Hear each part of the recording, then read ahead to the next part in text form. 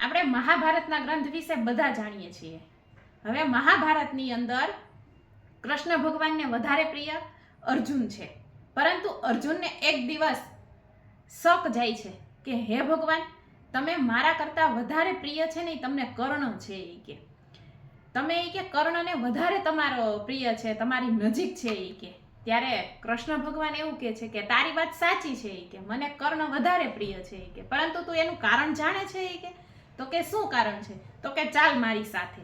અને કૃષ્ણ અને અર્જુન એક ગામમાં આવે છે જ્યાં મોટો સોનાનો પહાડ હોય છે.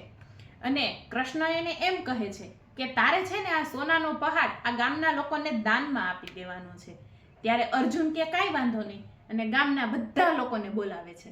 અને અર્જુન તેને એમ કહે છે કે મારે તમને છે ને આ બધું સોનાનું દાન દઈ દેવાનું છે. એ કે ત્યારે ગામના લોકો પાંડુપુત્ર અર્જુનની જય, પાંડુપુત્ર અર્જુનની જય એવો જય જયકાર બોલાવે છે. અને અર્જુન છે એ બહુ ખુશ થઈ જાય છે.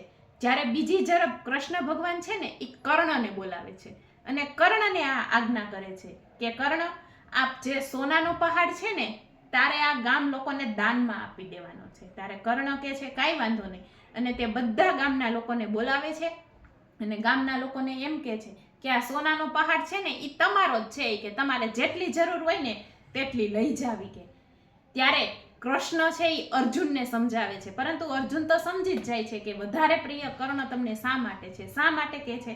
તો કે તમે દાન તો કરો જ છો, પરંતુ યશની અપેક્ષા રાખો છો કે મને માણસો તરફથી, લોકો તરફથી યશ મળવો જોઈએ, અને એટલે આપણે દાન કરીએ છીએ. પરંતુ કર્ણ તો કે એને યશનું કે પોતાના લોકો તરફથી યશ મળે ને તેવી એને કોઈ અપેક્ષા નથી, અને એટલે જ તો દાનવીર કર્ણ તરીકે આ જગતમાં તે પ્રખ્યાત થાય છે અને કૃષ્ણ ભગવાનનો તે સૌથી પ્રિય હોય છે.